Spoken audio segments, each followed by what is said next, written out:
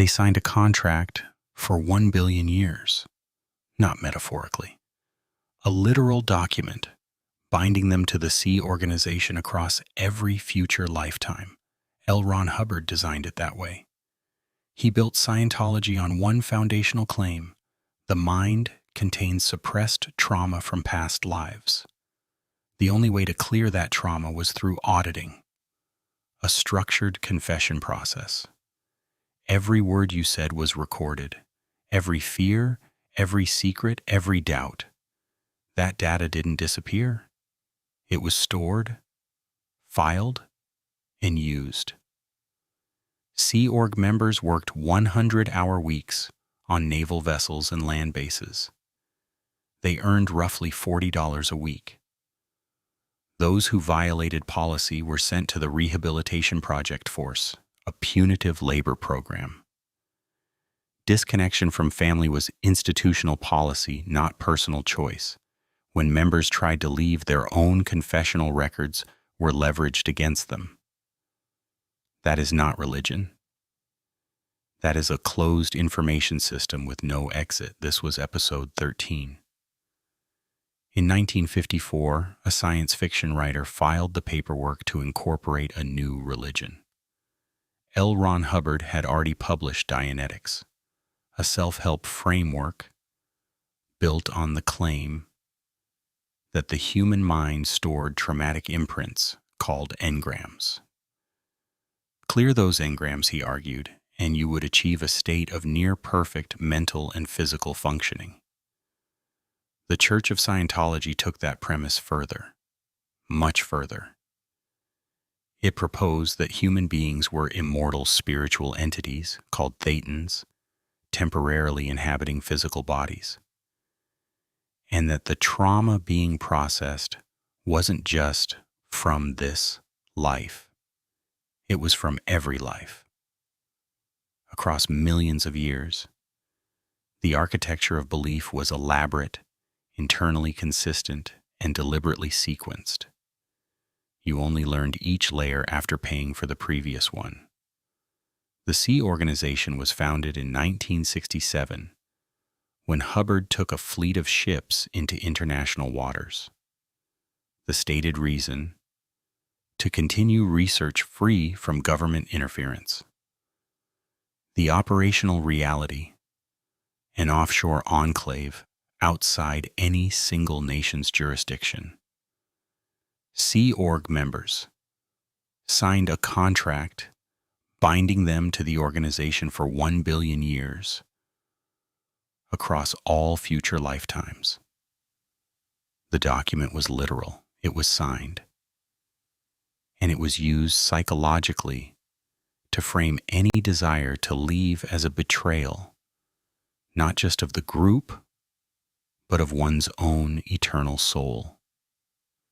Members lived and worked on ships, then later at land bases worldwide.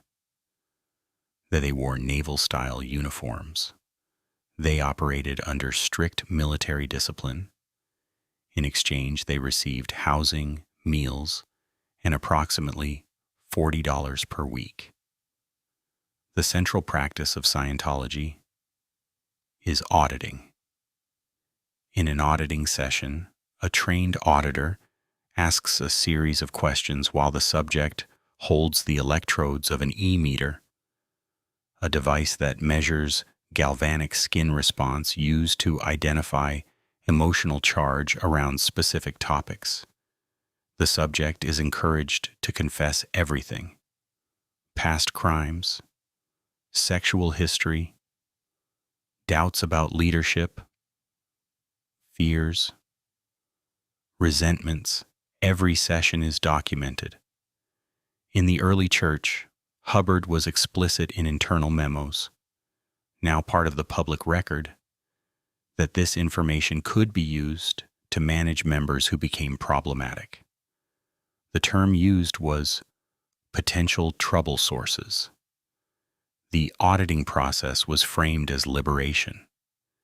Its secondary function, the systematic collection of personal vulnerability data, was not disclosed to participants.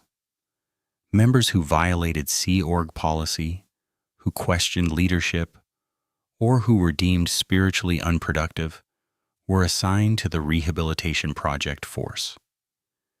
The RPF was a punitive program requiring members to perform heavy manual labor, run everywhere rather than walk, eat after other members, avoid speaking unless spoken to, and complete additional courses of study, all while continuing to work. Former members describe RPF assignments lasting months or years. The stated goal was correction and rehabilitation. The operational effect was the creation of a visible underclass, a warning to other members about what non-compliance produced. Disconnection is Scientology's formal policy requiring members to cut contact with anyone deemed a suppressive person. A designation applied to critics, former members, or anyone who questions the organization publicly. For Sea Org members, this often meant severing ties with parents, siblings, spouses, and children. The policy was suspended briefly in the 1960s, then quietly reinstated. It functions as a structural barrier to exit. Leaving Scientology means losing your entire social world. Everyone you know, everyone who knows you. This is not a side effect. It is architecture. Scientology members exist inside a tightly managed information environment. Critical news coverage is classified as entheta, negative energy designed to suppress spiritual progress. Former members who speak publicly are labeled suppressive persons and their accounts dismissed as motivated by spiritual failure. This creates a closed epistemic loop. Any evidence against the organization becomes by definition evidence of the organization's persecution, which is itself proof that it's doing important work. Psychologists call this a self-sealing belief system. It cannot be falsified from the inside. Leaving Sea Org is formally possible.